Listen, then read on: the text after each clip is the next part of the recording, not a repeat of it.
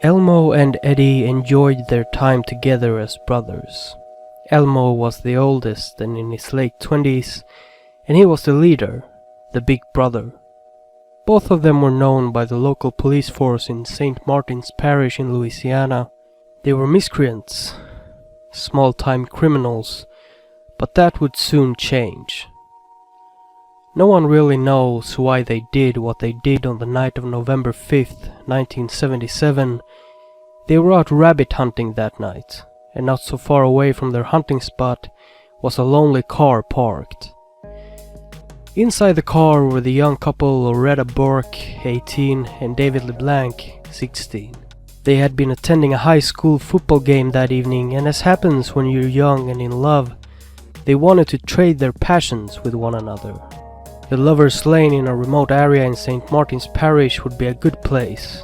So after the game they drove out to the Lovers' Lane. It was empty, at least as far as they knew. They were alone. Finally. But they weren't alone. Elmo and Eddie Sonnier spotted the car and an idea popped into Elmo's head.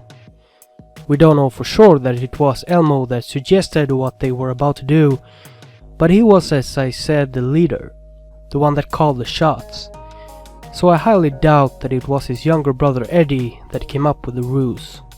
The plan was to fool the young lovers in the car. One of the brothers had been working as a security guard not that long ago, and they still had the badge. The badge could easily be mistaken for a police badge, especially if used with authority.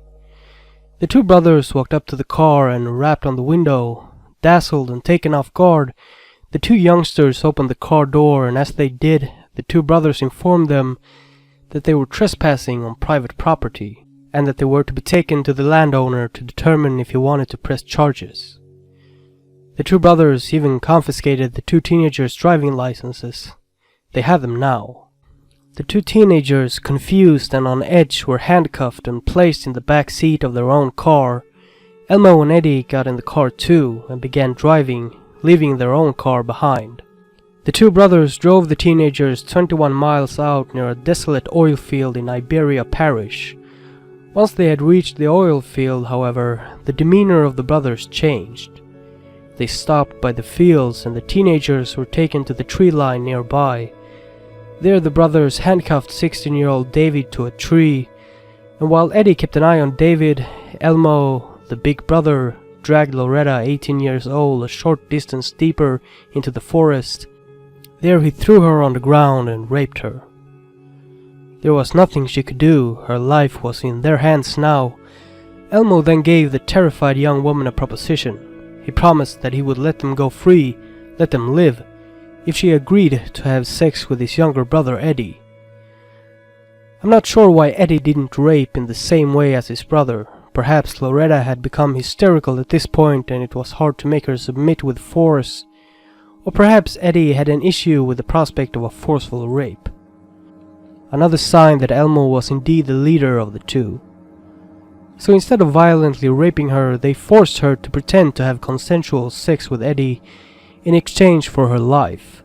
But as Eddie finished, the promise that had been given was about to be broken. The two brothers were both armed with .22 caliber rifles that they had been using shooting rabbits, so they removed David's and Loretta's handcuffs and at gunpoint forced them to march back to the car.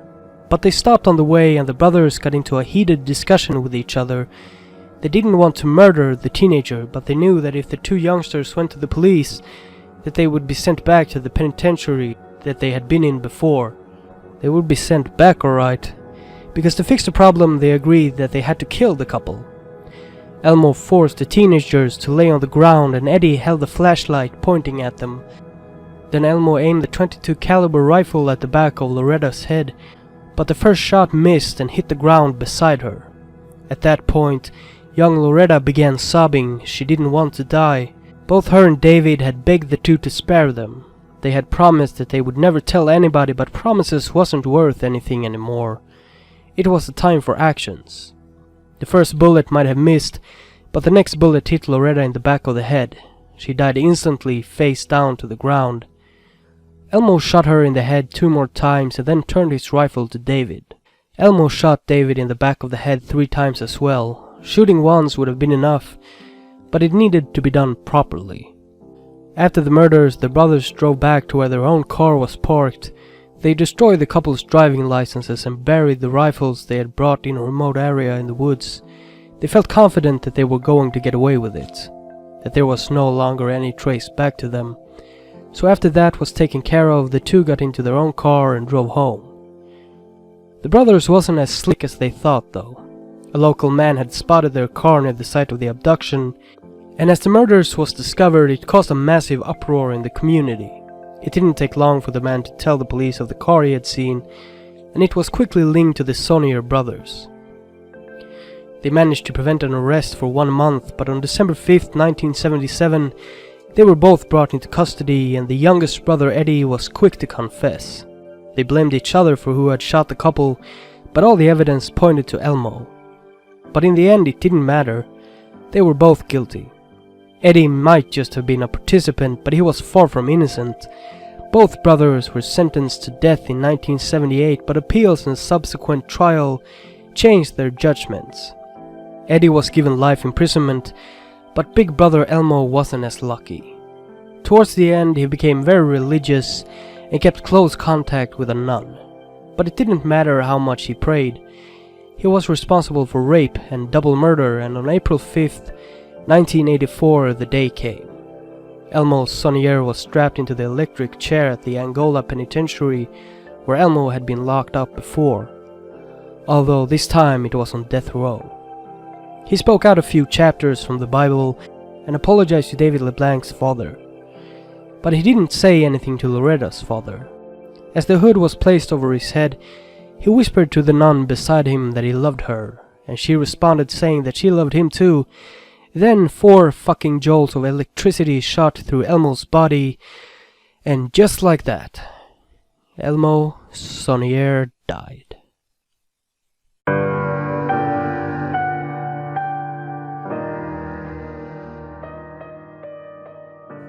The Werewolf of San Francisco. What a name to live up to. You probably never heard of Harry Gordon. He is one of those serial killers that fell by the wayside. One of those serial killers with very little information to find. Harry Gordon has 2 nicknames. One of them was the Gorilla, partly because of his stature and his huge hands, although he was a rather short fella. His other name is the Werewolf of San Francisco. The reason he was called a werewolf was because of the wounds he would carve into his victims using a sharp razor blade. The wounds would look like claw marks. It would look like they had been savaged by a werewolf. But all that's just trivia. I always want to go as deep as I can, so let's go ahead and dig our claws into this one. 5 years before the werewolf murdered Betty Coffin in San Francisco, there was a couple of deaths in San Diego that early on was thought to be linked to the werewolf murders. On February 20, 1931, 11-year-old Virginia Brooks was found hung by a tree. Her body had been mutilated, thrown down a hill, and then her killer had tied a very unusual sailor's knot around her throat and hung her by the tree. It was a shocking discovery. It may have even been written off as a one-time thing, but 2 months after the murder of 11-year-old Virginia Brooks, another girl was murdered in San Diego. This time it was a 17-year-old artist. Her name was Louise Tuber. Just like Virginia Brooks, her body had been disfigured in horrible ways, and she too had been hung by a tree. The knot used in Louise Tuber's murder was identical to the one used in the murder of Virginia Brooks. A sailor was thought to be responsible. Harry Gordon, as just so happens to be, was a sailor at that time. I'm not sure what other connections there are, but I assume the mutilation inflicted upon both girls were made in a very similar way as the mutilation the werewolf would inflict upon his victims. 1933, New York City. Wilhelm Johnston lived with his wife and 2 kids in a nice apartment. On October 21st, 1933, Wilhelm and Florence had left their kids at the neighbor's house to go to the store. Shortly after they had returned home, something happened. Loud crashing noises could be heard from the apartment, and loud noises sounding Scandinavian could be heard. Eventually, a deafening shriek was heard, followed by what sounded like someone struggling. Then another shriek pierced the apartment building and silence fell over the place. It was eerie. What had happened to Wilhelm Johnston and Florence Johnston? Not so shockingly, police were contacted, and as they arrived, they were first met with a large bloodstain outside the Johnstons' front door. Forcing the door open, the two police officers was met with a chaotic scene. The furniture had been thrown around and the place was in disarray. The police officers methodically made their way through the apartment and eventually reached the bedroom. There on the bed was the body of Florence Johnston. She had been strangled, her clothes had been ripped off, and she had deep, straight razor marks decorating her body, exposing her flesh. It almost looked like she had been cut open with a razor, like someone had tried to do an autopsy on her. It was a horrible scene to find, but where were the others? Well, the two Johnston kids were found at the neighbor's house, but they were no help to investigators, and Wilhelm Johnston seemed to be missing. He was presumed to have met with a tragic fate, and the rivers nearby was dragged, but he was never found. Well, he would be found, but things weren't what everyone seemed to think they were. You see, Wilhelm Johnston had moved to America at a young age. His father had brought him there from Denmark in 1903, and by the late 1920s he had met Florence, his future wife. But Wilhelm had these weird compulsions, and on that day his wife had gotten so angry with him that she had thrown a flower pot on his head. This made Wilhelm furious. He grabbed his wife's throat with his ape-like hands and held on until she got limp and her pulse couldn't be felt anymore. Then he took her clothes off, put her on the bed and began carving into her flesh with a razor and a knife. After the murder, Wilhelm Johnston fled from New York. He changed his name to Harry Gordon and eventually, with a new wife, moved to San Francisco. You see, Harry Gordon wasn't born as Harry Gordon, he was born Wilhelm Johnston. I don't mean to be confusing, but I'm trying to tell you a story, not just spit out facts and tidbits. If you're still confused, Wilhelm Johnston and Harry Gordon, the werewolf, is the same person. Now let's move on. In 1934, 1 year before the murder of Betty Coffin, there were two other murders that could be linked to Harry Gordon. It was Louise Jeppesen, a red-haired beautiful young lady that was found in the Golden Gate Park, strangled, nude and mutilated horribly. There was also Mrs. Ruby Allen, found murdered under very similar circumstances. But it was in April of 1935 that the focus would be locked onto the werewolf. Anna Lemon was a cleaning lady. She worked at the Waterfront Hotel in San Francisco, and on that evening, just like on any other, she took the ferry over to her workplace. She arrived a bit late, but no one seemed to really care either way. She had her duties. 2 rooms needed cleaning. The first room was just like any other, a bit dirty but not a big deal. It was the scene hiding behind door number 2 that would scar Anna Lemon and imprint images in her head that she would never get rid of. She knocked on the door of the room to make sure the inhabitants had gone away before entering using her staff key. At first it seemed normal, it was pretty neat and tidy in there.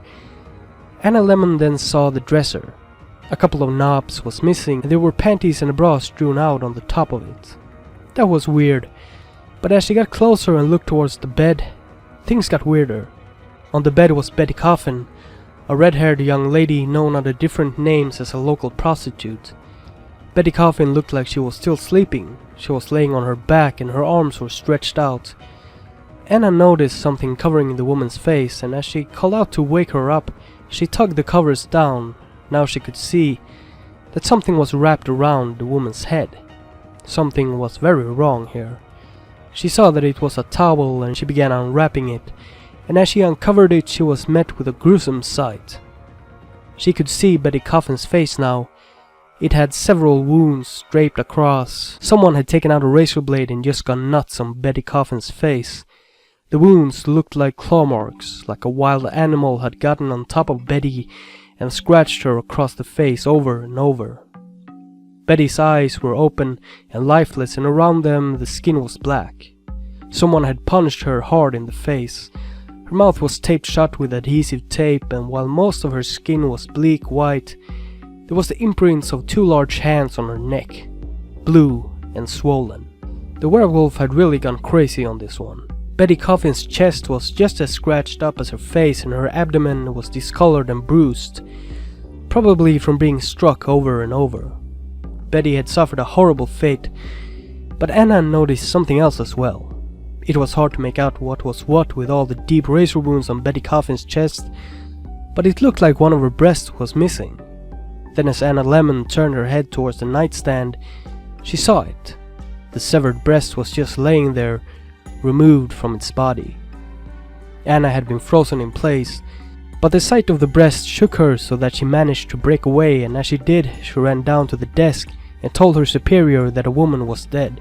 It didn't take too long after that for the police to arrive. They didn't find out too much. They knew that a Mr. and Mrs. Myers had checked into the hotel posing as husband and wife, and the husband had later on that evening gone to the reception and asked where he could get a sandwich for his wife. He was given directions, but he never returned. This was the werewolf's second confirmed victim. His first was his own wife, although that would not be confirmed until it was caught and confessed. The second one was Betty Coffin. But there was one more victim. 5 years went by and the werewolf seemed to be just another one-off maniac. But it wasn't. Her name was Irene McCarthy, and just like Betty Coffin, she was found inside a hotel room. It was again a cleaning lady that discovered the nude and mutilated body of Irene McCarthy. She had been jammed in between the bed frame and the wall, almost tucked away. She was naked all over except for the black stockings she wore. Her body was stale and her legs was sticking straight out. The killer had gone crazy on her as well. He had slashed her several times with a razor, and he had cut off chunks of her flesh and just thrown it aside. This time though, he had also burned his victim with cigarettes and matches. She had been punched in the face just like Betty Coffin, and she had several deep claw-like wounds in her face. A belt was tied tightly around her throat, and beneath the belt was a mark of 2 huge hands. This time he had tried to strangle his victim manually, but resorted to using a belt instead. Both Betty and Irene had other similarities too, besides the horrible disfigurement. Both were known to be seen with sailors down by the dock, and both were known prostitutes. Another thing about both murders is that there was a surprising lack of amount of blood present, and it was almost like the killer had attempted an autopsy on his victims. The police got to work. They hadn't caught him in 1935, but now they had to. They had to find him, or who knew how long it would take to kill again, and where he would pop up again. They knew that it was the same killer, and he had displayed a surprising amount of knowledge of the police procedures. He smudged fingerprints he had left at the scene. But as police worked their way through the dock workers and the working girls, they found a suspect. Harry Gordon. Blue watery eyes, short but muscular, and huge hands. The arrest wasn't as dramatic as it has been portrayed in some places. Harry, when confronted, simply lowered his head and began confessing almost immediately. He refused to confess to the unsolved murders in San Diego and Golden Gate Park murders of Louise Jeppesen and Mrs. Ruby Allen, but he did confess to murdering his wife in New York, and he told police of his true name, Wilhelm Johnston. Regardless of what he confessed to though, it didn't matter for him. 3 murders was enough for a death sentence for the maniac, and it was carried out only a year after his arrest, in 1941. He was executed in the gas chamber at the San Quentin prison. I apologize for the lack of images during this feature. I just couldn't find photos of this fucking guy. Although I managed to find a few photos, he's not really as visually pleasing. But even without the visual support, the story deserved to be told, and as I dug deeper into the case of Harry Gordon, I began to realize that he could almost have his own episode of Ages of Murder. I usually say to myself that if the case is going to be shorter than 10 minutes, it's too small. And clearly Harry Gordon goes above that limit. But this is where he ended up nonetheless. And it just goes to show the unpredictability of the double feature.